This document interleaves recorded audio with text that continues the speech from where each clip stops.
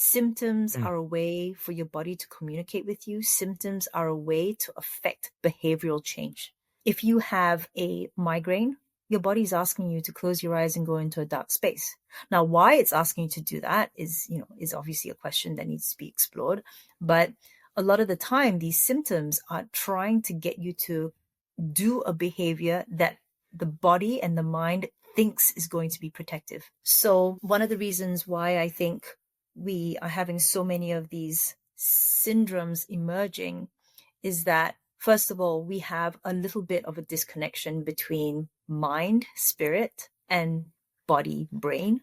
Dissociation is a big problem, and not just dissociation from a mental health issue, because that also we do have, but a decrease in interoceptive capability. And interoceptive capability, interoception, is that ability of the body to know itself, the mind to know what the body needs.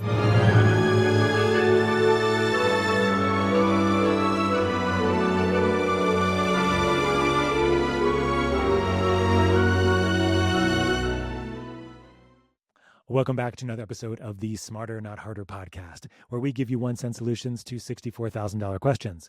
I'm your host again today. My name is Dr. Scott Scher, and it's a pleasure to be back with all of you. This podcast was a fantastic podcast to record with Dr. Olivia Lesslar. She is a friend, a colleague, and I'm just so blessed to be able to bring on these amazing humans, these clinicians, these experts onto the podcast, and Olivia is no exception. So here's a bit of a bio on Olivia. This could go on for a very long time. I'm going to keep it relatively short. So she's an Australian medical doctor with a diverse background that includes international relations and diplomacy, with advanced studies in skin cancer medicine, clinical nutrition management, and working towards a diploma in clinical hypnosis and strategic psychotherapy. Dr. Lessler is dedicated to pioneering a new paradigm in healthcare. She sits on about 34 different boards as a medical director, as a chief medical advisor, as a functional medicine consultant. She is a digital nomad. She is a physician nomad, and that is a very unusual thing to find in the physician world. We talk a little bit about that during the podcast. She has many ways that she engages. She is an expert speaker. She's an expert just communicator in general, and she has her own clinical practice that kind of spans multiple continents, and we talk about that a lot during the podcast as well. So what I really wanted to bring on Olivia for today is that she's just a wealth of information on so many different topics. She's a fantastic human. We laugh a lot during this podcast as well about whipping cats or throwing around cats and astronauts and all these other kinds of things. So in the podcast, we started the conversation about how she's working with citizen astronauts, people that are going to space, and how she's optimizing them for that potential ride, both before and after they get back. We also then shifted gears to talk about dysautonomia and how this is such a huge issue now. We talked about all these syndromes that are coming out now with mast cell activation, POTS, hypermobility, autoimmune problems, and gastric dysmotility. And the real sort of through line there was to talk about Olivia's main framework that she calls EAST, or 8 Ancient Survival Threats. And we go through some of these in detail, specifically one called miasma, which is a very old, very cool word, and how the evolution of our human biology has been obviously colored by our Paleolithic times. And now we have these different types of stimuli that are affecting us in these negative ways. So we talked about chemosensitization as a result of this trigger with smell. That was a very important one when we were evolutionarily, before the agricultural revolution, basically. We also talked about damage to our senses, including interoception, which is the feeling of our inside of our body, as well as our vestibular senses as well, and how our vestibular senses are all screwed up now because we look at screens all the time instead of looking far away and back, and how this all works together in another major area that she discusses a lot, as she calls it, the network of threat detection systems. And this is a really interesting concept that she's developed. And within this area, we talked about what's called, coherence of these systems, or decoherence. And coherence is when all these systems are working together to understand the inputs that are coming from our environment and how they're being integrated in our internal biology. We spoke specifically about something called TRPs, or these are transient receptor potentials, these ion channels that throughout our body that are very, very important for sensing all this information. But a lot of the sensing is more coarse, and they need other stimuli or other areas where we're actually being able to integrate all this information together. So Olivia does a really great through line here, talking about some of these early evolutionary understandings of how our survival really was necessitating things like understanding smell, understanding vestibular function, understanding interoception, and then how this is all because of modern world and all of the toxic exposures that we have and the stress that we have, how that's all working together and how it's supposed to be integrated. But because it's not being integrated, this decoherence, we're getting so sick. So I really enjoyed this part of the conversation because it's something very new to me overall as a way to think about it. We finished up the conversation talking about parasympathetic tone and how important that is. And then we talked about our clinical practice, her clinical practice, how she works with people, how it's so important to tell a story for your patients so they understand the why as to why they feel that way. Having a diagnosis sometimes is helpful, but really what's important, and we kind of get into that here, is the story of putting it all together for your patients so they can really feel it and then starting to heal using mitochondrial optimization. She has another acronym called LUCA as well, which stands obviously for light, but things like light, obviously, photobiomodulation, mitochondrial optimization using cold plasma, methylene blue, things like that we talk about too. So this is a very long introduction. I didn't mean it to be so long. I had so much fun with Olivia. So please enjoy this conversation with Dr. Olivia Lesslar. If you do, please don't forget to like and subscribe below so you never miss an episode. Enjoy. All right, Dr. Olivia Lesslar, it's good to see you. Oh, it's so good to see you, Scotty. Nobody else gets to call me that on the podcast but you. Okay, just for those listening. So sorry. I feel like every Australian has to have a nickname for everything, right? So it's true. And every person. And everything. And we met on my territory. We met on Australians. Well, we were online, but I was in Australia at the time, and it was through Australian context. So Scotty, it is. And it was shocking that you were actually in Australia for any given moment more than a week at a time. Although maybe at that point in your life, you were there for more often than not. I think you were right. Yeah, at that I hadn't started digital nomading yet. Yeah. So it's very unusual for a physician to be a digital nomad. And I think I'd love to kind of dig into that a little bit at some point, because there's a lot of people here listening that are clinicians that have clinical practices. Some do telemedicine, some see patients, in person, some do a hybrid, but there's very few out there, Olivia, that have been able to kind of vagabond, digital nomad their clinical practice. And I think you were telling me how many boards and how many advisorships you have right now. It's about 40 or something like that. So yeah, about 34, I think. 34. Yeah. So I exaggerated for you because, that's the American way, is to exaggerate.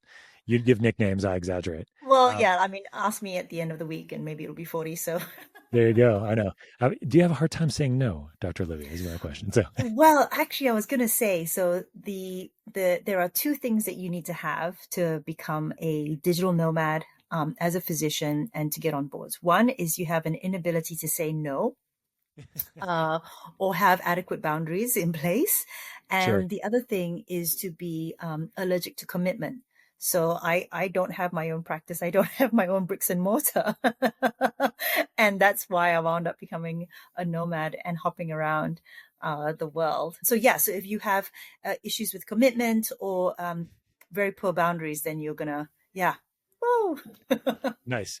But you have to be a smart one too, a smart cookie as you are, to be able to kind of weave around as you have in so many different locations and processes, and having your own amazing evolutionary theories, which I'm really excited to get to because I'm a huge fan of evolutionary medicine, evolutionary biology, and it's just not as well understood as we would imagine, given we are basically Paleolithic humans in these modern meat suits that have all these crazy environmental stimuli all the time, right? All these emotions and needs apart from just, eat, sleep, have sex. I mean, to be fair, some people are still just eat, sleep, and have sex, and they're probably super happy. I mean, at least part of the time, right? And then maybe not. I think the issue with that is if you're just dealing with your needs and wants from Paleolithic ages, you have lots of ups and downs in life. Sure. Not so steady overall.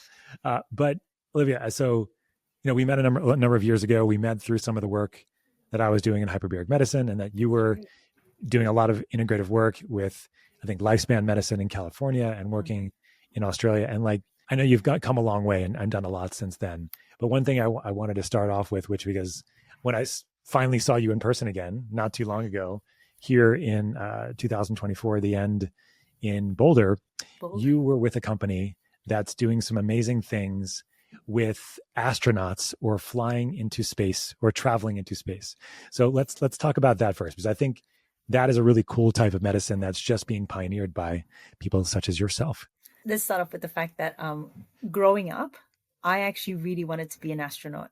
And that's why representation matters, because nobody looked like me going into space. I mean, and on top of that, I was Australian. We don't, at that stage, didn't have a space program and barely have one now. And so I kind of gave up on that idea. Many, many years later, so that was actually the end of 2023, I met the founder and director of the Advanced Space Life Research Institute. So that's out of Cape Canaveral in Florida. Okay. And he was just very encouraging. And he said, you know, you still can. You can go up as a citizen astronaut. You can go up as a space tourist. And, you know, funny enough, I'd actually already put down a deposit to one of those space companies. I won't say which one. And I was like, yeah, you know what? Yes. Actually, yes. You know, it wasn't some intangible thing that I kind of put some money down for and I was waiting till 2028 or whatever until I went into space. I decided to actually look into it from a physiological perspective because I am a doctor, right? Like, sure. Let's prepare for this. Yeah. And then many months after that, I met the co-founders and the medical director for an amazing longevity clinic in Washington, D.C. or near Washington, D.C. in Virginia called Everest Health. Now, Everest Health is a concierge longevity clinic, but they're democratizing longevity sciences. And they were just as enthused about space as I was. And so we put our heads together and we made a citizen astronaut optimization program. Because I'll tell you now, right? If a company is going to take $500,000 of your money, it's very unlikely they're going to tell you that you can't go. Totally. Yeah, totally. Yeah. So it's a bit cynical, but that is the case. And you should see the parameters within which they're working. If you can climb like 2 flights of stairs and, you know, you've got a fairly good heart rate and, you know, you're basically breathing, like you can go up into space. But there are, and I know that you're not going up into space for long. You're not going up for days and days and days, but you know, exiting the atmosphere, re-entry, the kind of pressures that you're subjected to, even that small amount of radiation, the ionizing radiation. They have to make sure that the craft, because this is corporate, right? They want to get you out there for the cheapest amount of money. Of course.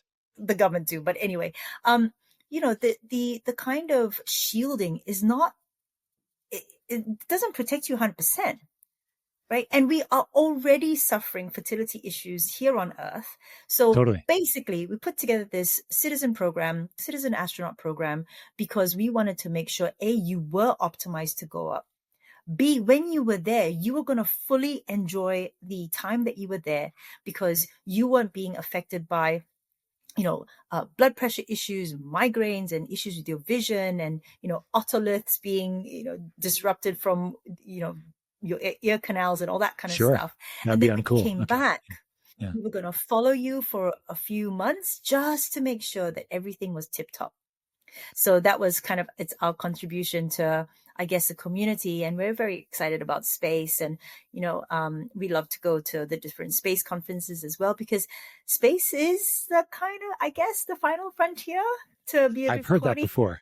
No, right? Damn it. Are you sure I didn't just come up with that myself? I wish I could have you tag that one and trademark it, Elizabeth. I think it's been around a couple years. Yeah. So we're just very excited about space, and you know, we wanted to, you know, there's obviously very selfish reasons as well. I want to make sure that if and when I do go up, that I am also optimized.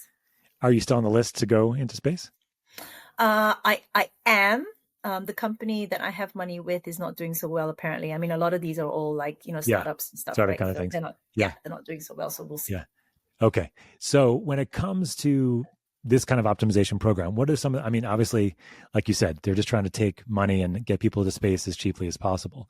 What are some of the things that you're looking at from an optimization perspective that really can make a difference when somebody's thinking about going to space overall? I mean, I know that we have a lot of information now because of people being at the station, the International Space Station for many years. That's a different kind of exposure. And maybe we can talk a little bit about that too, maybe. But But what's your sense of kind of the main kind of things that you're looking at when somebody's going to go, and then what are you following after they get back as far as, metrics, things like that might be interesting to talk about? Scotty, are you asking for our proprietary information? Is that what's Oh, happening? that's exactly what I want. I'm hoping that I can patent it myself and then, put you guys out of business. No, I was hoping to get in just like broad strokes. No, Dr. Olivia here. broad Broad strokes. strokes. Broad You know strokes, what's yes. actually a really good segue into the other things that we wanted to talk about?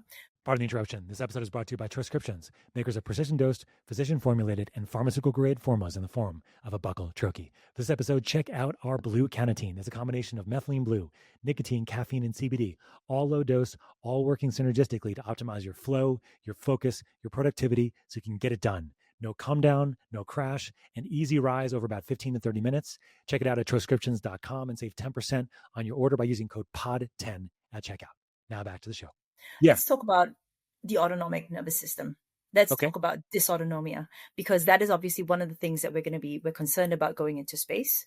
We're concerned about, are you able to push fluids and bloods in the right direction, in the right way, in the right compartments when you need to at the right time, right? Okay. And one of the reasons why I'm very concerned about the autonomic nervous system and dysautonomia is because we're seeing so much dysautonomia, or POTS, postural orthostatic tachycardia syndrome, on Earth. And I went through medical school without really having heard of POTS. And then now you can't swing a cat in a crowded room without hitting someone who has POTS or who knows someone with POTS. Do you swing cats? I love this analogy. That is my standard Tuesday night activity. What of it, Scotty? I don't know about it, and I don't know if I want to be there, but I don't like cats that much. But it's very meowsing. Okay, never mind. Nicely done. I love it. Yeah. So are you going to add just So let's talk about dysautonomia then, like in the sense of how you're thinking about it, how you're working it up. Because I agree, I've seen a ton of it in the last several years, for sure. Yeah, right. Yeah. I mean, it seems to be out of control. Interestingly enough, a poor man's tilt test to see about your autonomic control. In other words, when you go from a sitting or lying position to a standing position, is your autonomic nervous system, is your ability to, constrict your blood vessels in your feet adequate such that you're then pumping blood to the upper part of your body, right? To compensate for the change in your position. In lieu of a tilt test, we actually do something called a NASA lean test. And a NASA lean test is where you actually have a patient up against the wall and they are leaning slightly against that wall so that if they do pass out, for example, it's a little bit safer. Sure. And you're taking their blood pressure over time intervals to see how the changes of blood pressure are occurring from when they do go from, like I said, a sitting or lying to a standing position. I'd never even heard of a NASA lean test until 3-4 years ago when I started getting involved in sort of, you've heard of the triad symptoms.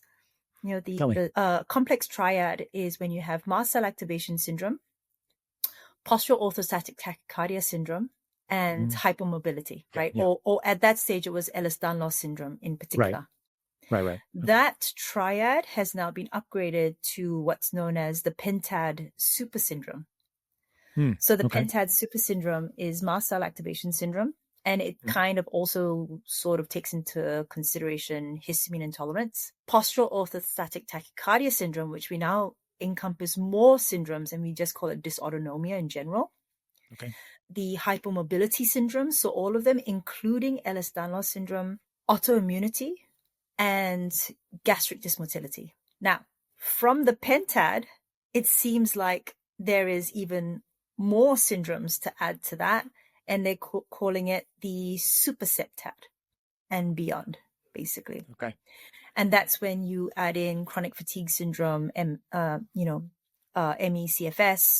the fibromyalgias, and then these weird other syndromes that we're seeing crop up more and more in these complex chronic condition patients. That's going to be your Eagle syndrome, or the extension of the styloid process, which is causing impingement to the IJV because it's in front of the C1 And anyway, it seems nonstop, and every 6 months or so, there seems to be another diagnosis that's cropping up. I'm actually finding it very hard to keep on top of everything. I don't, to be honest with you, that's why I surround myself with a lot of other practitioners who are also interested in these emerging syndromes. Right. I mean, there's obviously a lot of crossover, right, when it comes to these emerging syndromes and how they're all kind of presenting. And I think that's why, I always wonder at some point, if it's all like we're creating names for things, it's all like basically the same etiology or the same sort of base foundational issues that are ongoing, and so as a result of that, what's your sense of the reason why we're seeing so much of a rash of these kinds of syndromes and these pentads and sextads and whatever? Like, what's your sense of why? Are there a couple things that we can kind of point to, Olivia, that you could say these are the things that are really causing a lot of this stuff to happen? Yeah. So there are going to be many weird and wonderful reasons why, but one of the things that I'm particularly interested in is about the psychoneuroimmunology aspects of things. So when you have the survival brain being threatened by so many things on so many fronts, it starts to almost take more control of the system. What I mean by that is, in the past, a threat would have been a distinct individual entity, a saber-toothed tiger, a bacterial or viral pathogen. And now, on all fronts, we are being bombarded with pollution, microplastics, constant chronic stress activation, poor food, pesticides in food, synthetic fibers that we're wearing, off-gassing from the carpets and the paints in the rooms that we're in, non-native EMF, the list goes on and on and on. And when you're being bombarded from so many fronts, the system has to try and protect you in some way, shape, or form. And so I'm very much a believer in that the mind and the body are constantly trying to keep you safe. Symptoms are a way for your body to communicate with you. Symptoms are a way to affect behavioral change. So if you have a migraine, your body's asking you to close your eyes and go into a dark space. Now, why it's asking you to do that is obviously a question that needs to be explored. But a lot of the time, these symptoms are trying to get you to do a behavior that the body and the mind thinks is going to be protective. So one of the reasons why I think we are having so many of these syndromes emerging is that, first of all, we have a little bit of a disconnection between mind, spirit, and body, brain. Dissociation is a big problem for not just dissociation from a mental health issue, because that also we do have, but a decrease in interoceptive capability. And interoception is that ability of the body to know itself, the mind to know what the body needs. Do you know when you're hot, when you're cold, when you're hungry, when you're not, right? And a lot of our sick patients, they don't know when they're hot or when they're cold. I mean, look at schizophrenic patients, for example. That's an extreme example. But schizophrenic patients will wander down the street pushing their shopping trolley and they'd be covered in like heavy coats in the middle of summer, right? Because they lose that interoceptive capability and they lose that ability to get to a set point appropriately. That hypothalamus just doesn't quite work the way it used to. So if you're in a situation like us doctors when we're working as residents in a hospital and you are hungry, but you have to ignore those hunger signals and you have to just push through. And then before you know it, you've actually gone 24 hours without eating, despite the fact that your brain really, really needed that. A few days, weeks, months of that, you actually retrain your body to ignore hunger cues, right? You ignore ghrelin to not understand leptin signaling as well. And there is no such thing as those sorts of disconnections not having consequences. Most of the time, for the average person who, has a averagely, happy existence, that is not going to be too bad of a problem. But when you're very unwell, those sorts of disruptions to understanding what your cues are, internal cues are, eventually leads you to something like dysautonomia, right?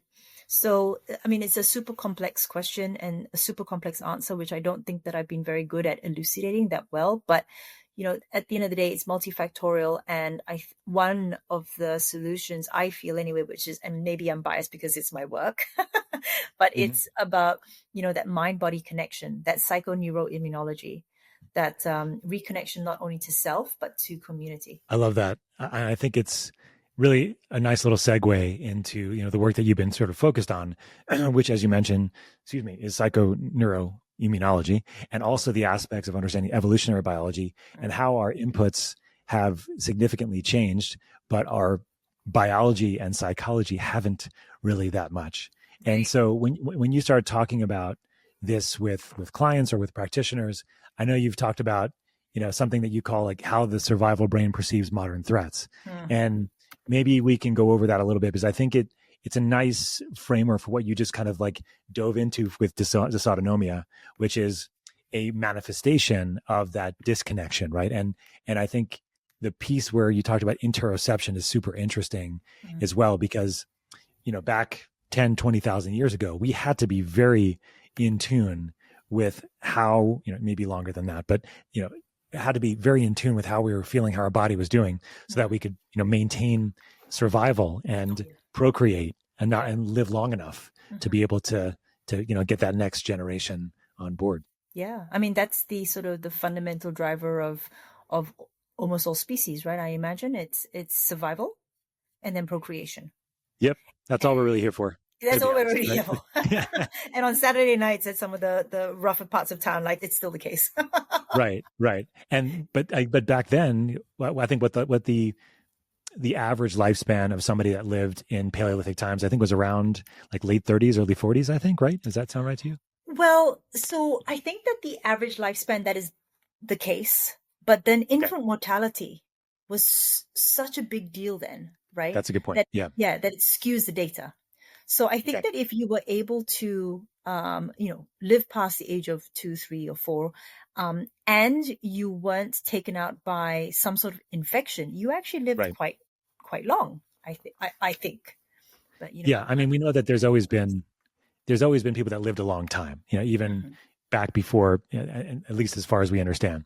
But I guess, and you're right, because infant mortality was such a big thing. I know, like, evolutionarily, you know, men are supposed to stay with their partner for about 4 years until the child is old enough that they've gotten through all the 4 years of challenges, then they have a higher likelihood of surviving, and then they're off to the next mate. Like that's why. Okay, I don't want my boyfriend listening to this.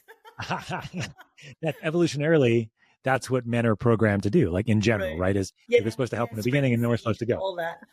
Exactly, right? So, and that's, you know, that's because, again, right, we're trying to survive as a species. But these survival instincts, these aspects that you describe in this particular this sort of framework, right? You talk about, you know, which I find, I haven't heard this word in a long time, miasma. I want to talk about miasma because, like, that's a word that's like so old, but like, I know you're bringing it back.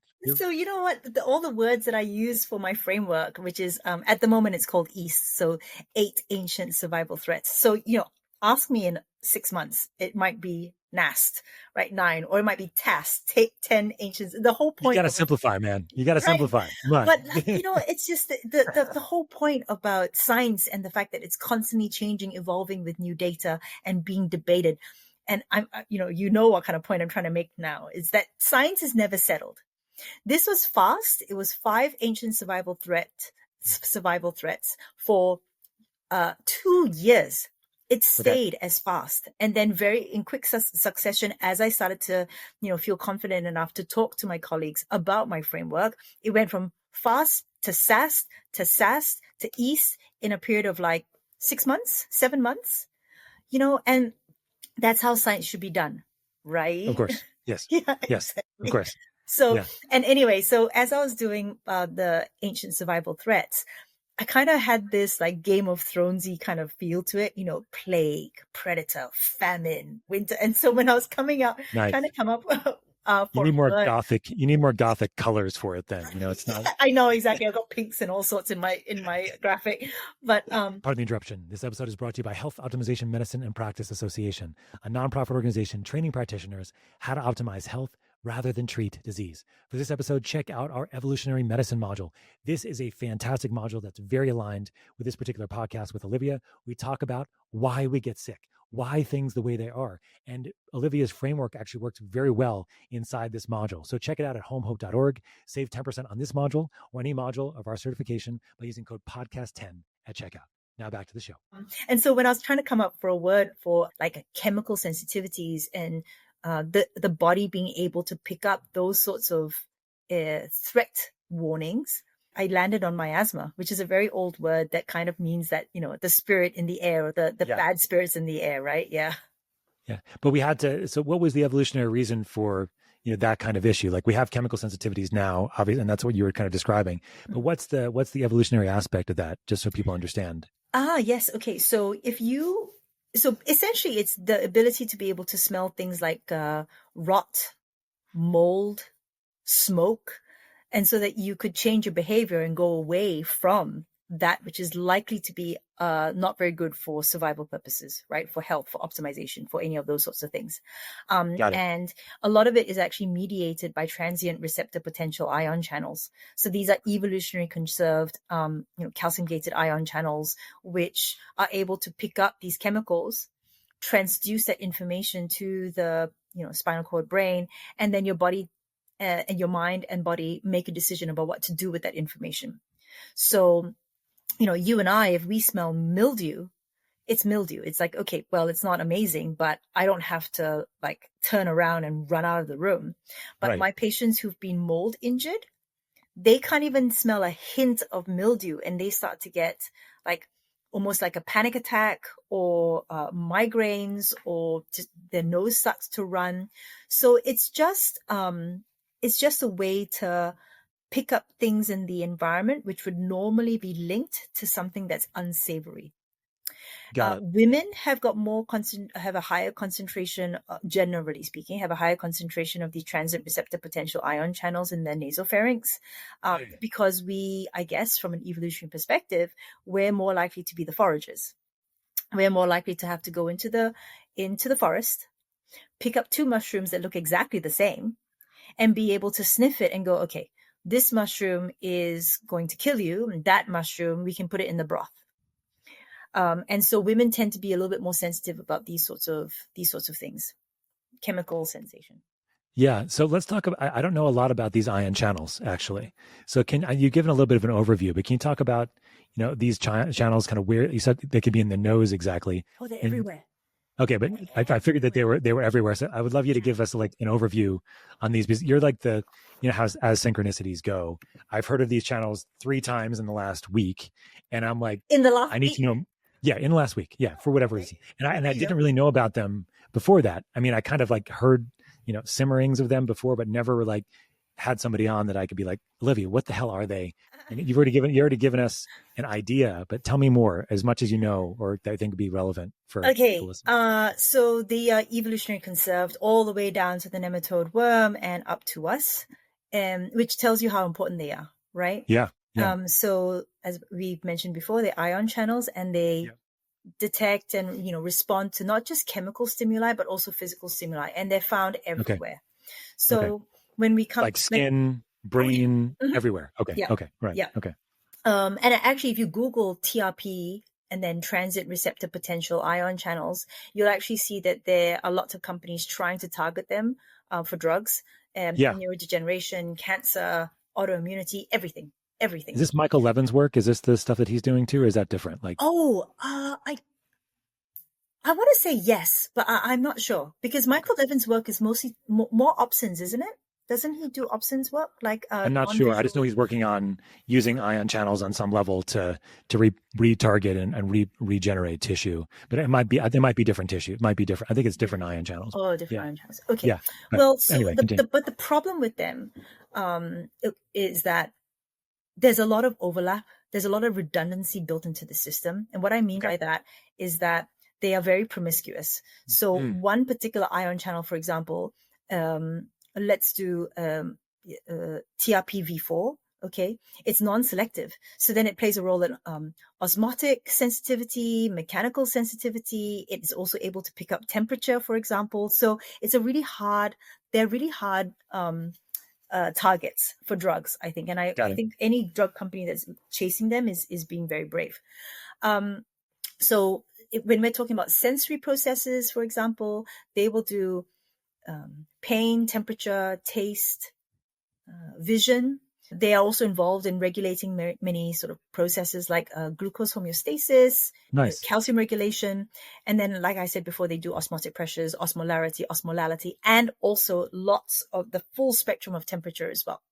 So, and pressures, right? So what this means is, if a particular ion, like TRPV, for example, was being activated, then the system also has to look at the other trips to see, are they being activated too? And then somehow figure out which of the different stimuli is like mastermind. Got it. They have to have some sort of way to harness, but also process the information, figure out what exactly it is, right? Right. So they're using other types of receptors and other types of channels, I would imagine, as well, right? Exactly. So that's actually a second framework, which I haven't told you about. I have a framework called the network of threat detection systems. So you have all the systems, right? Transient receptor potential ion channels, advanced glycation end products, the immune system, autonomic nervous system, acetylcholine system, endocannabinoid system, blah, blah, blah. There are hundreds probably. And all the systems have their own way of taking in information, processing that information, and giving an output, right? Got it. Yeah. And there is redundancy built into the system, because what they should be doing is cross checking with other systems, so that when they do have a response, that response is as nuanced and as targeted as possible, because they're begging for resource allocation from the neuroimmune system. Got it. And what I've seen anyway, this is what I think I see in my patients, is that after a while, with so many threats coming through, the different systems start acting more and more independently without taking the time to check in with each other, because they're trying not to miss a trick. I see. Right. And and so then what's happened there is that you've gone from coherence, the different systems talking to each other, calculating, okay, is this a real threat or not a real threat? Because don't forget, a lot of threats are actually subjectively threats, not objectively threats, right? Mm-hmm. Then deciding, okay, we're going to allocate resources to this being a threat, and then actually initiating and doing something with it. Okay. Then that's coherence. Then you move into decoherence, where decoherence. Okay. Not incoherence. Decoherence. Yes. Incoherence. I'm kind of using quantum physics terms now, but then you have decoherence, where the systems start to work a little bit independently of each other. And then what happens after a while, if you have enough of this, you have the systems not only working independently of each other, but they start to be antagonistic or non-synergistic or whatever. And that, my friend, is chaos. And these are the patients coming through who are so sensitive to stuff, or whose neuroimmune systems or autonomic nervous system is so twitchy. You get things like aquagenic urticaria, right? You get angioedema and hives and what have you to water. It's mind-blowing. I really love the way you describe that, because it's really like we have all these systems that are working together. And then we have this ability to integrate all that information. But because of modern life and how we are now programmed and what we're doing on a day-to-day basis, what the things we're subject to on a day-to-day basis, all that's becoming decoherent. So all that information is no longer integrating anymore. As a result of that, you're getting all these sort of syndromes and all these issues that we're seeing, including, I haven't seen a water allergy before, but that's Google it. Aquagenic urticaria. I work with a allergist in Australia, and he sees 3 new cases a year. Wow. That was unheard of 15 years ago. Yeah. And so, you talked about miasma being kind of like this intro to what we were describing here, and then creating this potential decoherence as a result of modern stimuli. One of the other ones that I thought was interesting that we can talk about, and you said, and there's 8 ancient survival threats here, was and you sort of, I guess you could include this into one, which is damage to the 8 senses overall. You mentioned interoception. Are there any other ones that are like very common that you're seeing in clinical practice that become a huge issue overall? Oh yeah. So damage to the 8. Oh, actually, you know what? I'll just quickly for the listener just talk about all the 8 ancient survival threats and then zoom in on the. Okay, so the 8 ancient survival threats are tribe, or loss of community, loss of your social circles, plague, i.e. viruses, bacteria, parasites. Another old word. Nice word. Yeah. Predator, i.e. something that's going to chase you down and end your life. And the reason and how the system sees that is by the amount of epinephrine, norepinephrine, cortisol pumping through the system, because that is pretty much what would have taken you out a few thousand years ago. Famine, so either the lack of fuel or you do have calories but no nutrients. Winter, or really any extreme of temperature, but winter tended to be more detrimental for the human because with heat, at least we can sweat stuff off and we can find shade. Debris, which is the body's way of dealing with a foreign body that shouldn't be there. So this is going to be your fibroids, your cysts, your keloids. Miasma, which we spoke about, which is chemosensation. And finally, the 8 senses. Now, damage to the 8 senses was always going to be a detriment to survival chances. And here, I'm not talking necessarily about the acuity of your 8 senses. So it's not necessarily how well you can see. I mean, that's always a benefit. That's optimization now. Yeah. But in this case, the neuroimmune system cares that you can see at all. Now, if you're born without sight, the neuroimmune system, the body kind of compensates pretty much straight away as it's developing. But if you lose sight at some point in your adulthood, that acute loss, that's a problem until you're able to compensate in some way, shape, or form.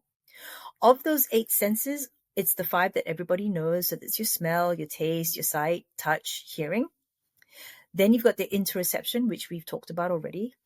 And then finally, we've got that which is going to help you figure out your balance, where you are in relation to the ground and where your joints are in relation to each other. And that's your vestibular system and your proprioception. And that's important because if you had to calibrate that at the time that there was a threat, you lose 0.1 seconds. And that could be the difference between life and death, right? So vestibular system is about where you are in relation to the ground. And proprioception is about where your joints are in relation to each other. And your body is constantly calculating all this, second to second, nanosecond to nanosecond, because it needs to know this to keep you safe, which is why modern day behaviors of sitting constantly at a desk, looking constantly at the screen of a computer, so your lens, the eye lens, doesn't even have to adjust far, looking at something far away, close by, far away, close by. It doesn't even have to do that. So it's constantly in tension. And your body isn't moving in a way that's physiologic, so that your brain is able to take in information every time you move your joints. It screams. It's so scared, because trying to keep you safe means trying to take in as much information as possible so that it can constantly calculate that risk. That's the free energy principle, which was, a derivative of the free energy principle, which was the theory by Professor Carl Friston from UCL, right? The University. We've had Carl on the podcast before. Oh, have you? Oh, yeah. Awesome. Yeah. Okay. One of our first podcasts that we recorded was Dr. Ted speaking to Carl. It was a very cool conversation. If anybody likes or interested in physics, the free energy principle, definitely take a listen to that one. It's a fantastic podcast. Okay. Well, you're welcome. So everybody listen to Smarter Not Harder podcast with Carl Friston. But, because the brain is an iterative machine, right? It needs to calculate all these scenarios, and to calculate scenarios, it needs to have information, real and perceived. If you don't give it information, it makes shit up, right? But to make shit up, it makes shit up anyway. But yeah. Right. It needs experience. Anyway, so that's the framework, basically. So I think it's really important because, I mean, as you mentioned, I was actually I had another person on the podcast recently. We were talking about vision and vision issues in kids and adults and myopia. And he was telling me that you don't, in adults, you don't have to start wearing reading glasses. At least until you could probably stave off the need for reading glasses at least 20 years if you just did these exercises every day. And the one he mentioned was really interesting. You mentioned it just now, is taking time off a screen and looking far away for periods of time, then coming back to the screen, because that is, like you said, you're exercising those muscles. And just your vestibular system is the same thing. I mean, I think about with my kids, for example, they can run, they can go backwards, forwards, they're everywhere. And then if you put somebody like an adult, you just don't do those things anymore now as an adult, right? And now if we have to move fast in one way, then all of a sudden we're on a space plane and we have severe vertigo and you can't move, right? Right. Like it's the way I describe it to patients, it's like if I ask you to carry a heavy book and hold it in a particular state, you couldn't do that. You couldn't maintain that for hours. But we're asking our eyes to do that, right? Because the lens in the eye has got a muscle at the top, at the bottom, and how the lens changes its refractive index essentially is by the muscle either contracting the lens or relaxing, right? And then the lens becomes more round. So when we're staring at something constantly, those muscles, those tiny muscles are in tension and they fatigue, and they're going to produce all this reactive oxygen species from the mitochondria, which is, you've been asking for it to produce all this, energy. And how do you quell the reactive oxygen species produced by, the actions in the eye? We use vitamin A, which nobody consumes enough of, not even me. Like I make it a point to eat pate and liver because I know that I need that, human available form of vitamin A. And I struggle to get liver, to be honest with you, when I'm traveling so much. And we need oxygen. And the number of people who use contact lenses constantly and deprive their eyeballs of oxygen to help their protein complex 4 produces, water nitric oxide from oxygen, and then feeds into the ATP synthase. And also light as well, right? Light can actually have. See, and you know how much I like my circadian rhythm and, my light electromagnetism. And don't get me started on that. I don't think we actually have time. We haven't even really delved into into East. Oh my goodness, Scotty, you're going to have to get me back on this amazing podcast. That's okay. We kind of roll where we need to go, and then we can always spend more time another. And when it comes to vision, I think it's sort of a window, obviously, into the rest of the body, right? Like as you just described, like we just talked about vision, far and close vision. We talked about, eyes. I used to wear contacts, 24/7 for years. I mean, and a lot of people are doing this, right? And we just don't realize. My partner does as well. I'm on his case. Yeah. I know. I mean, I'm always on people's case. That's kind of our job as doctors, I guess, right? So there's so many aspects to this, but I think I want to round out, at least so we have like a good picture for things. Like when you talk about these aspects of evolutionary biology and, your ancient survival threats, what we're really kind of going down to here is, and maybe correct me if I'm wrong, but like there's a significant aspect here. And you just mentioned the word mitochondria, right? Which I talk about a lot, is mitochondrial dysfunction, right? And so when you're thinking about, the sort of the threats, the survival, the decoherence, all of this stuff, like what is your framework? And again, there's so many things we can go into, but what is your framework to how to try to start optimizing this in people? Like, where do you start? Is it the mitochondria do you start at? Do you start with diet and lifestyle? Or like, what are the main things that you're thinking about, when you're working with people to start recohering or whatever you want to call it in this way, right? Do you start off with sort of like low hanging fruit? Do you go, no, I'm going to dig in? Like, where do you go here, Olivia? I know that like, this is kind of where, like for clinicians, like your whole framework is really important, but really what you're doing and how you're going to be creating, holistic care is where it's at, right? Right. Exactly. Because it's like, if you cannot translate the theory into a way that is going to be palpable to a patient in a clinical setting, then what's the point? Right. Exactly. I'm not an academic. I am a clinician. I know we're clinicians, right? We see people, we do stuff, and I can get on my high horse about this, but you're a clinician. You're working with people all over the world. You're asking me to help you with people all over the world sometimes. And Yes, and thank and you for that, by the way. of course, my I pleasure. love saying, oh, I have a hyperbaric guy that I can now refer you to. There you go. Yeah, and I'm always happy to. So what's your clinical framework here? And making this sort of rubber hit the road for your patients and Yeah. and people you work with. So, Scotty, both of us are interested in personalized medicine, Of right? course. And personalized medicine, now I'm truly starting to understand it, means meeting the patient where they're at. Personalized medicine for me is not about doing more and more tests to then like zero in specifically on the patient's B6 and then giving them a particular form of B6 and then calling it a day. For Sure. me, personalized medicine means taking the patient's wants, considerations, hopes, dreams, fears, their ethics, their principles, and then working with them on that point. Because, do I start with lifestyle? I would love to. Not everybody can change their lifestyle. Not everyone wants to change their lifestyle, right? Some people don't.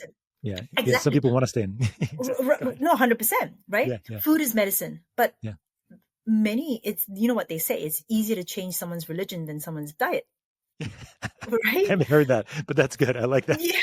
So actually, despite the fact that we all know about, as in clinicians, about the importance of circadian rhythm and biology, about light diet. So in other words, the kind of lights that you're exposed to at what time, about diet, food, the nutrient density, talking about sleep.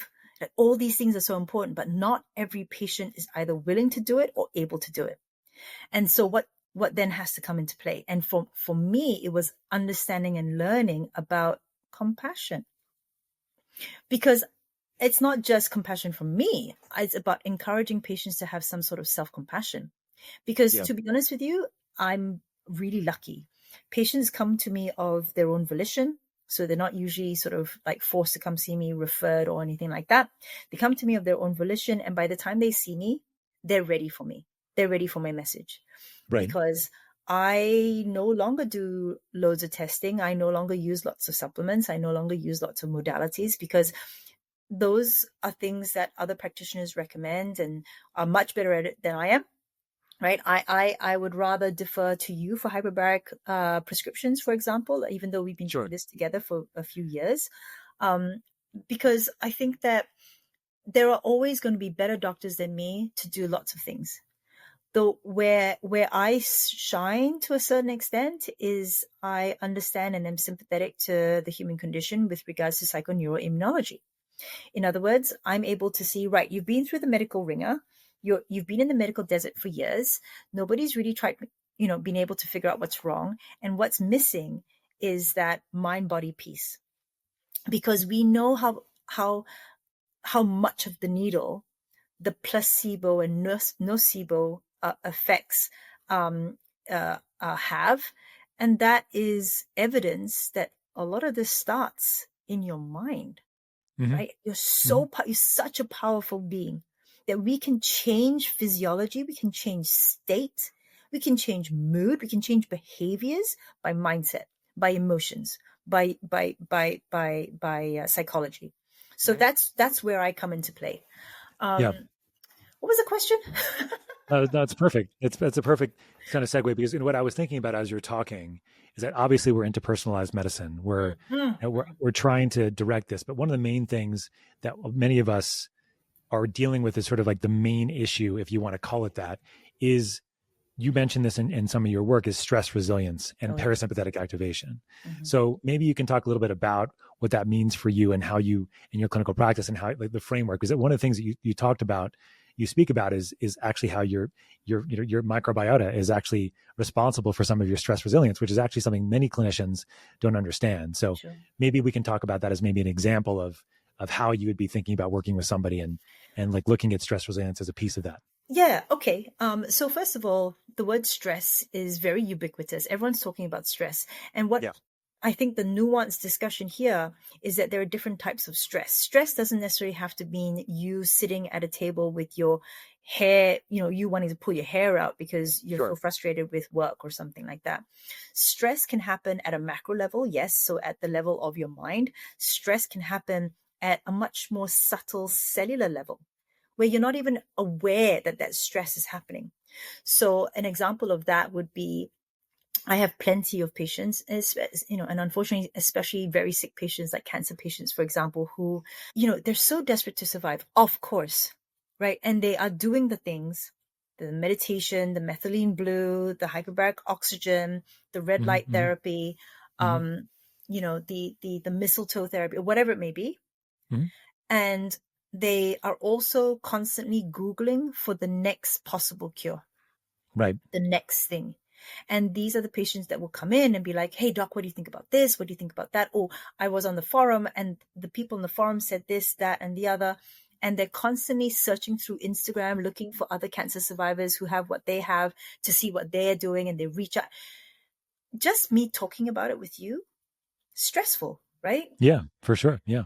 And the problem is, you and I both know that healing is a parasympathetic activity. Yes. You have to drop into it and give your body and brain enough bandwidth such that your cells and your mitochondria start the process of regeneration, rejuvenation, and repair. Because otherwise, it is always on a standby mode. Ooh, maybe. And when you're doing this like anxious, looking around the corner type thing, you're not in a fully parasympathetic state. A lot of the treatments wind up becoming not useless, but you haven't optimized the treatments that you're currently undergoing. And that's the whole point of being present. And I know that this sounds very woo-woo meditation type stuff, but there is definitely something to say about that from an autonomic nervous system perspective.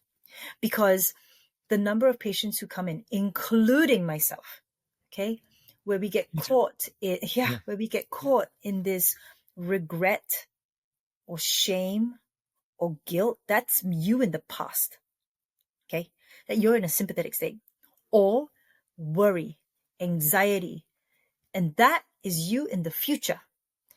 We want you here, now, present, because that is the only time when you are truly in a parasympathetic state and your cells are able to do the job that they want to do of repair. It's a really hard thing, to be honest with you, Scotty, about trying to help patients, because we're all figuring it out for ourselves as well, right? Sure.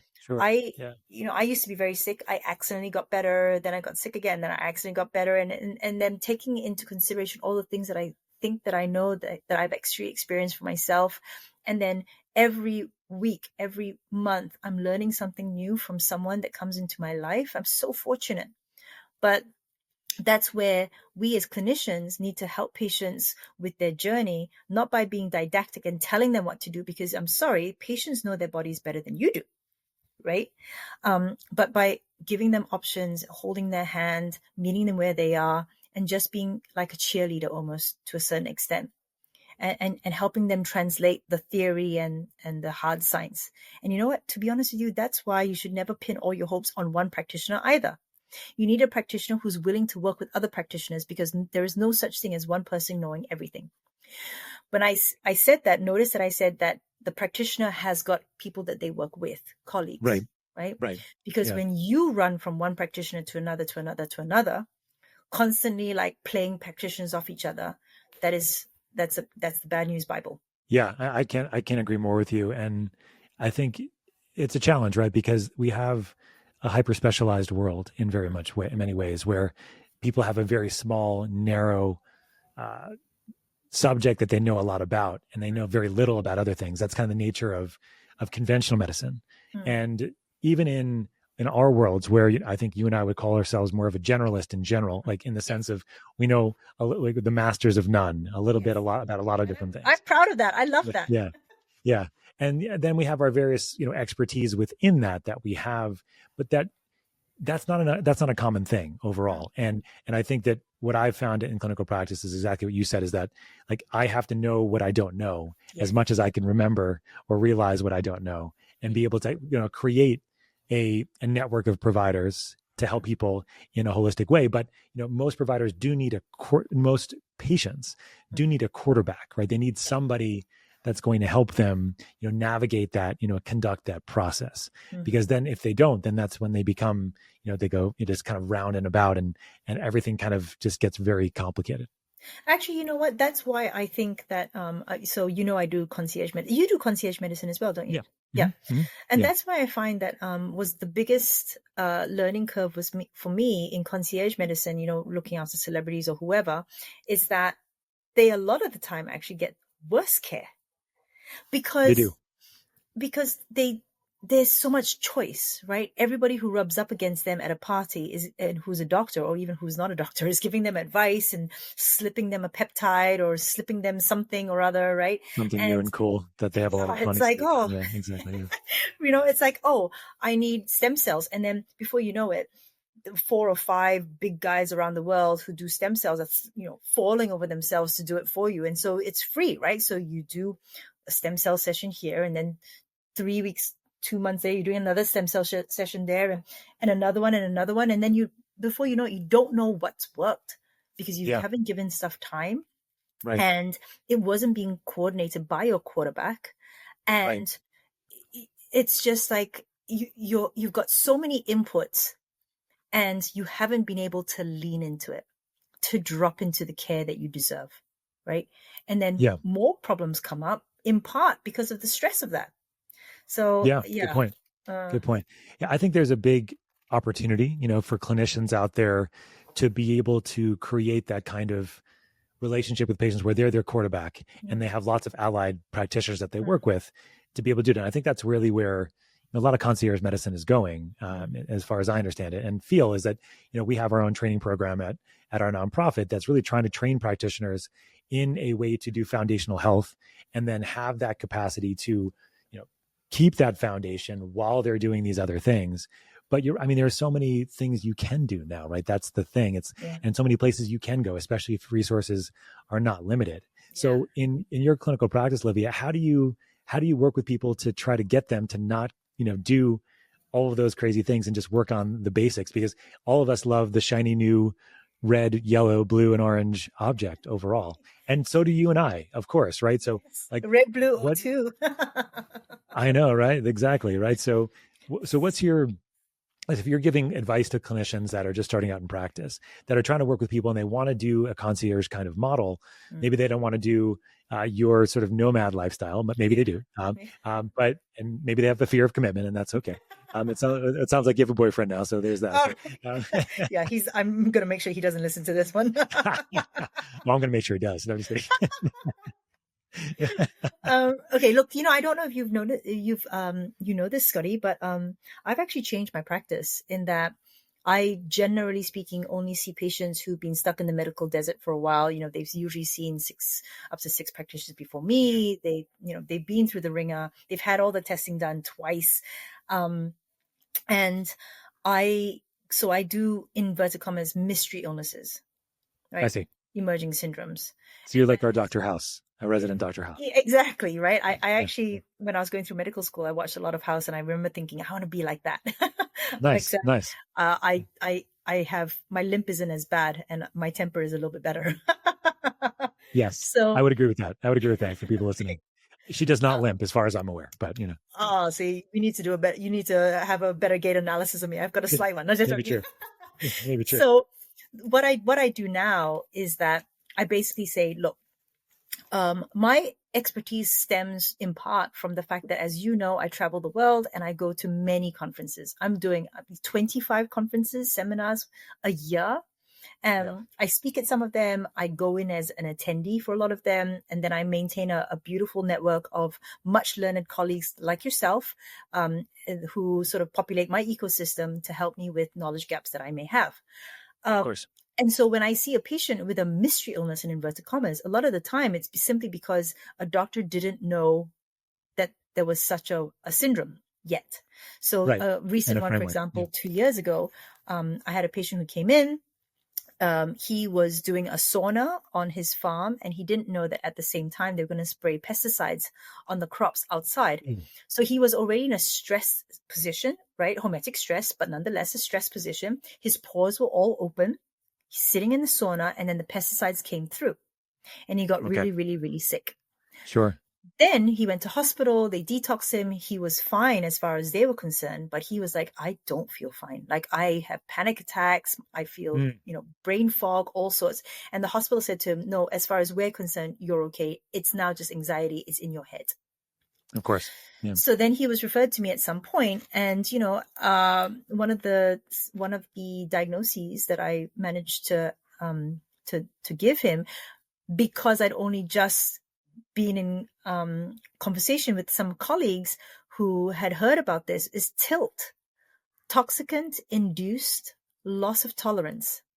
And there is actually a TILT department at the University of San Antonio, for example. Okay. Right.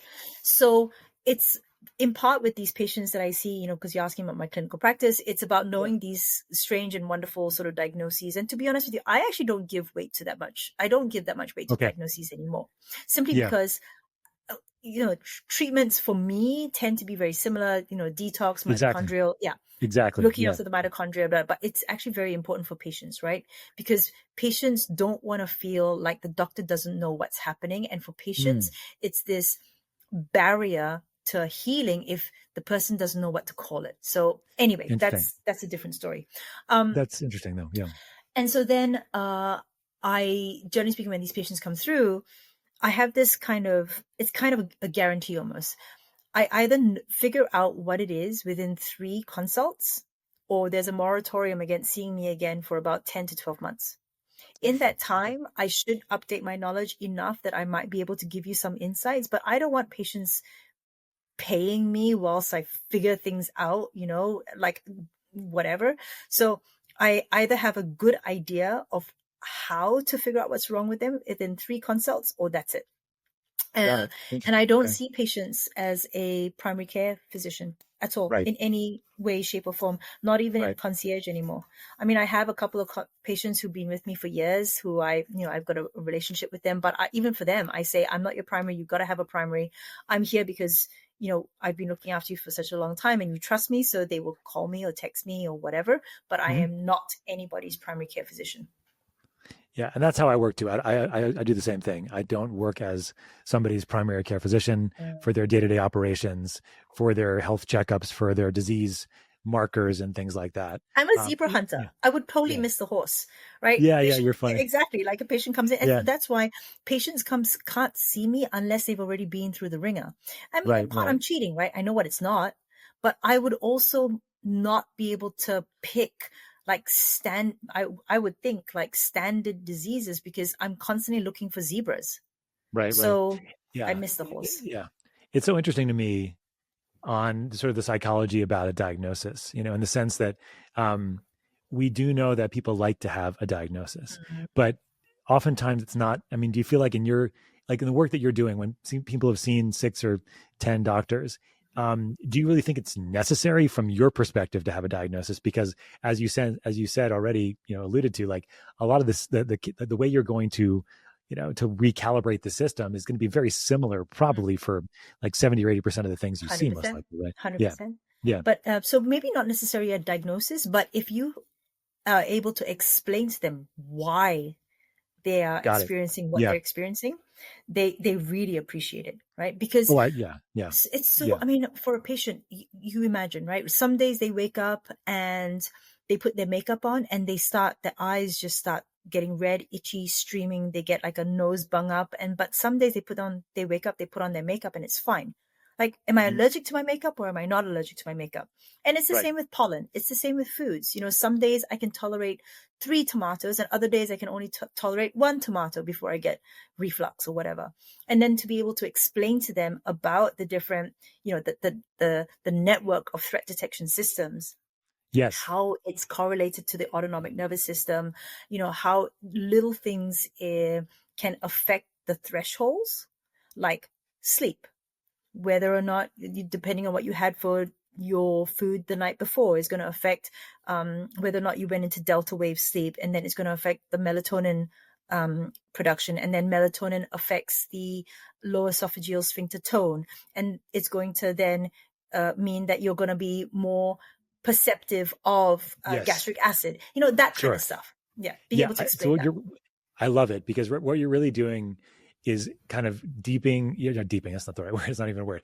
Really, what you're doing is you're finding a place in all of us that we love, which is the story, right? The story of why, whether it's not a diagnosis per se, it could be tilt, fine, but it's the why. It's Why. And as you describe the evolutionary aspects of this, Yes. the coherence, the decoherence, like the ideas of, the stress response, like now I get it. Now I get you, Olivia. I get you. I get you what you're doing, in the sense that all of that stuff is really a framework so that we can all understand what's going on, the why. That's right. And then the actual how is relatively similar. I mean, of course, it's going to be personalized, but it's, focusing on mitochondrial function, it's focusing on light and diet and circadian rhythms and, blah, blah, blah, blah, blah. But I get you now. I get it. This is good. Okay. So with that in mind, I want to get one more thing before we finish. And again, we could probably speak for hours, you and I know this. And so, and we will continue. But when it comes to, your lifestyle and getting on planes and trains and automobiles every couple weeks, are you just impervious to jet lag, or do you have some massive amounts of underground skills that you could share with people that aren't maybe as good as traveling as much as you are? Well, first of all, you got something wrong. I travel every 3 to 10 days, not every 2 weeks, Scotty. Oh, sorry. So I think this is maybe why you don't have any issues with jet lag, is you don't have a home time zone, I think. That's right. Yeah, exactly. There's so much coherence, a decoherence in the system. There's so much chaos that this is actually the new normal. And so my system is like, oh yeah, okay. No. So my biggest hacks are my, blue blocking glasses, which, I just discovered this new brand, which I love, Viva Ray. Love them. So I've got that. I use methylene blue. Okay. Scotty. How much and when kind of thing? Okay. So it's usually when I'm on the flight, and then I have a Cerathrive red light coronet that I will use as well. So I double whammy that. And of course people who know you and know Smarter Not Harder are going to know about methylene blue and red light, the synergism there. Nice. Yep. I do a lot of sunlight anchoring. So full spectrum sunlight. So wherever I land, I always try to fly in during the day. I hate flying into anywhere at night. It's just impossible to sleep, and then I push everything out. So I love to land during the day, because then I force myself to go out, walk around, full spectrum sunlight. And people who know me know I don't use sunscreen. I don't use sunglasses, and I have my, not just my eyes and melanopsins or rhodopsins taking in that information. I'm also using my skin opsins, right? The non-visual photoreceptors. Are you walking around naked, Olivia? Why? Not after the judge told me to stop doing that. I would imagine. Okay, gotcha. Okay, but getting as much skin in the game as you can. Getting as much ambient full spectrum light as possible to try and readjust my body clock, because don't forget, your body clock isn't just your pineal gland, right? Or your suprachiasmatic nucleus. Your body clock is being augmented by all your organs, especially the organs of digestion. So if I do eat on a flight, which I rarely do, but if I do eat, I try to eat in the time zone that I'm going to. And in fact, I might actually eat the day before in my home, wherever my home was. I might actually eat in the time zone that I'm going to too. Love that. TOO. Yes, understood. Yes, yeah. And then, and that usually works for me, to be honest with you. I think I'm just really lucky, maybe. Yeah, there are some people that are just better at changing time zones. I mean, as you mentioned, if you're doing it every 3 to 7 days, it's not like you're able really to acclimate in any particular time zone. But the meal anchoring technique is actually interesting. This is something that Dr. Ted has actually talked about when he goes to the Philippines. So what he'll do is he'll make sure that he has his breakfast and his dinner are basically at the same time, depending on the time zone, right? Yes. So just like your gut microbiota have something to anchor themselves on a little bit over there. Yeah. Well, that's great. So, I mean, again, I could talk to you for hours, and there's a lot more to dig in. There's so many aspects of how you've created this framework and how you think about health and optimization. The two frameworks. Yes. Your two frameworks. Yes. Which I will say are the, what is it?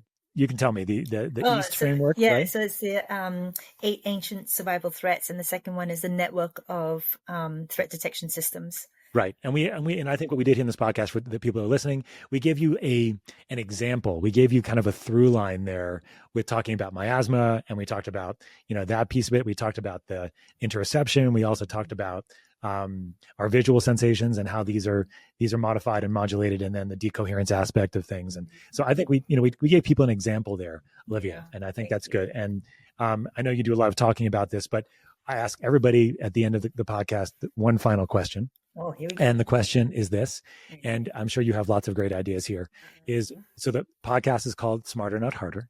Yes. So we ask everybody, what are 3 ways that all of us can live smarter, not harder, from your experience, whether it's any kind of experience, from being a healthcare practitioner to being a nomad to being an Australian, whatever it might be, like throw them in there and let's see what we got.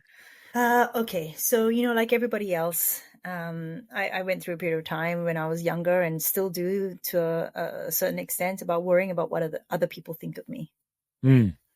And that was hard. It's difficult because you'll never be able to figure out what other people are thinking of you. And then you start to realize it doesn't matter. What matters is what you have within you and how you feel about yourself. And what your intentions are, right? Because sometimes you do things which hurt other people and you never meant to do that. Right, and you worry about how they perceive you. Anyway, so the smarter, not harder way of dealing with that kind of stuff is actually, you are the person that has to love you the most. You are the person that has to live with you. You are the person that has to deal with your mistakes if you make mistakes. And you are the person that has to live in your skin, live in your mind, and live in your heart. So love it. Yeah. Stop worrying about other people. I love it. They're all of them are worrying about themselves anyway. That's what I always say. Exactly. I have 4 kids, right? As you know, and like, this is a big thing that we talk about all the time. So great one. Number 1. Good. All right. Done. All right. Well, yeah. So 2 is that, I think that people worry so much about what they're eating, when they're eating it, and how they're eating it, that they forget that the intention that you put to your food and the state within which you eat that food is actually really impactful. I tell this a lot on podcasts, so I'm not going to belabor the point, but basically I had 2 patients. They both had food sensitivities. One changed what she ate, i.e. organic, no gluten, no this, no that. And the other one just started smelling her food, chewing it, and laughing, with her family when she ate it. She changed her state. That patient got better, not the first one. I love that. Right? So I used to be a little bit more strict with my food. Like I was, paleo and organic and, blah, blah, blah. And of course, I still recommend those things. Absolutely. But I'm a lot more forgiving of myself, and I'm a little bit more loose with my diet because I smell through a lot of these things. And your body always responds to what you believe and what you think, right? I love that. I needed to hear that today. So thank you. That's a good one. Thank you. Yeah. And then that leads to my 3rd thing, and that's self-compassion. Nobody's perfect. Well, certainly not me. And it's taken me a really long time. Mary Poppins. Is that your safe word? I'm not sure what's happening here. No, Mary Poppins is practically perfect in every way. I think, is that, yeah, that's Mary Poppins. So, but yes. So, it's well done. Right, that's good. So it's self-compassion. I'm not perfect, and I make a lot of mistakes, and being reminded, because I sometimes forget, but being reminded that we can just pick ourselves up, dust things off, and start again, try again, is super important. It really just drops us into a parasympathetic state. It reminds us not to take ourselves or other people, for that matter, too seriously. And self-compassion, there's something about it. It's really closely tied to forgiveness, and those sorts of realms of consciousness, the vibrations of those consciousness I've seen it do wonderful things in myself and in my patients. Yeah. Acceptance, compassion, forgiveness. I love that. Yeah. I mean, the meditative way of saying is begin again. We can always begin again. Right. Yeah. And so this has been really great, Olivia. Tell me, or tell the listeners as well. Mm-hmm. I know you're everywhere around the world. Where do you think would be best for them to engage you and learn about what you do, and maybe obviously we just kind of dipped our toes into a lot of the work that you do. Mhm. So what kind of resources would you like to provide? Look, I'm most active on Instagram, or rather, my social media manager is most active on Nice. Instagram. My handles for Instagram, for TikTok, for LinkedIn is at Dr. Olivia Leslar, Dr. Olivia Lesslar. I do have a website which talks a lot about the parameters within which I practice medicine. If patients do want to get in touch, they're like I said, I don't see patients more than 3 times. It's only via Zoom because I'm never in one place long enough, and so on and so forth. And that's www.drolivialesler.com. And then finally, I do intend to be putting out, more content like courses and that kind of stuff towards the end of 2025. So I guess, bookmark that. And Nice. yeah. And, I appreciate all the support that I get from people. And, I also very much welcome constructive feedback too. So yeah, thanks so much, Scotty, and to your listeners as well, of course. Until we meet again in person when you fly yourself through Colorado or I see you at a conference, Yeah. be well, Olivia, travel safe, and I'll see you soon. Okay. Thank you so much. Thank you so much for tuning in to another episode of the Smarter Not Harder podcast, where we give you 1 cent solutions to $64,000 questions. I had so much fun interviewing Olivia here. I really hope you all enjoyed and got something out of this particular conversation. We talked about astronauts. We had so much fun laughing about cats and about safe words at the end. Her Smarter Not Harder 3 things were fantastic, especially her second one about intentional food eating, something that I really need to take to heart sometimes with 4 kids running around. We talked about evolution. We talked about coherence and decoherence. I really hope you enjoyed it. So if you did, don't forget to like and subscribe below so you never miss an episode. Share with your friends, your family, your colleagues. Spread the word. We thank you. Take care.